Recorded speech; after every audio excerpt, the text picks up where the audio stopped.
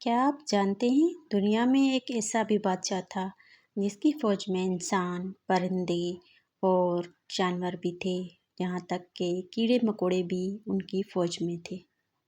السلام علیکم ورحمۃ اللہ وبرکاتہ۔ آج کے ویڈیو میں بات کریں گے حضرت سلیمان علیہ السلام کے بارے میں اور ایک چھوٹا سا واقعہ شیئر کریں گے جو حضرت سلیمان علیہ السلام اور چمگادڑ کے بیچ میں تھا، جس میں چمگادڑ حضرت سلیمان علیہ السلام کے سوالوں کے صحیح جواب دے کر ساری شکایت کرنے والے چیزوں کو حیران کر دیتا ہے۔ حضرت سلیمان علیہ السلام اور چمگادڑ کی حکمت۔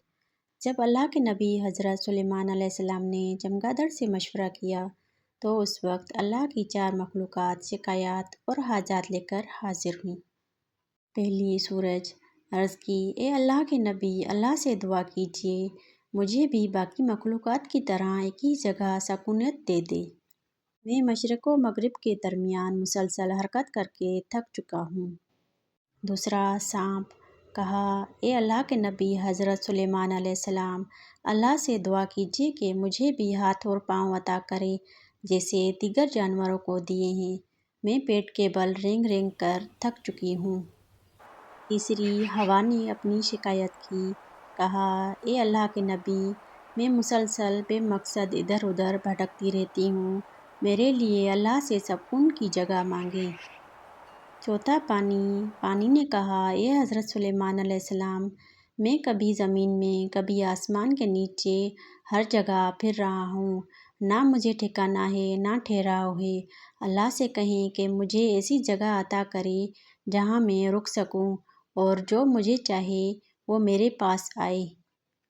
حضرت سلیمان علیہ السلام نے پرندوں کو مشورے کے لیے بلایا، ان میں سے چمگادڑ بھی تھا، سب سے چھوٹا، سب سے کمزور۔ سلیمان علیہ السلام نے اسے باقیوں کے سوالات سنائے اور فرمایا، اے چمگادڑ، تم نے سب کی شکایتیں سنی، اب تمہاری رائے کیا ہے؟ چمگادڑ نے نرمی سے پر ہلائے ادب سے آگے آیا اور بولا، اے اللہ کے نبی، یہ سب سکون چاہتے ہیں مگر ان کی حرکتوں میں حکمت ہے جسے اللہ ہی جانتا ہے۔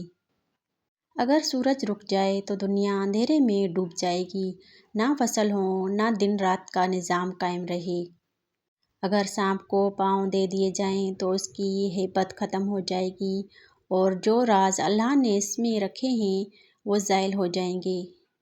اگر ہوا ساکن ہو جائے تو ہوا سڑ جائے، کشتیاں رک جائیں، بارش نہ ہو تو کھیت تباہ ہو جائیں، اگر پانی رک جائے تو بدبودار ہو جائے، ناقابل استعمال رہے، کچھ جگہوں کو زیادہ ملے کچھ کو محروم کر دے۔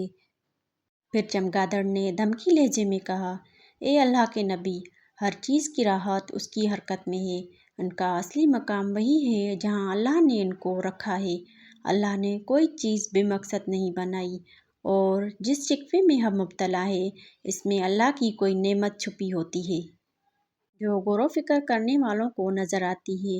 حضرت سلیمان علیہ السلام مسکرائے، پرندوں اور جانوروں کی طرف دیکھا اور فرمایا، چمگادڑ نے سچ کہا، اگرچہ کمزور ہے لیکن تم سب سے زیادہ سمجھدار نکلا، اللہ کا شکر ادا کرو کیونکہ تم میں سے ہر ایک کے وجود میں ایسی حکمت ہے جو صرف وہی جانتا ہے جسے اللہ نے بصیرت عطا کی ہو۔ یہ سن کر سورج شرمندہ ہو گیا، سانپ خاموش ہو گیا، ہوا تھم گئی، پانی کو اطمینان ہوا۔ یہ سن کر سب اپنی اپنی جگہ پر لوٹ گئے، اس یقین کے ساتھ کہ اللہ ان کی حالت کو بہتر جانتا ہے اور اس کا ہر حکم حکمت سے خالی نہیں۔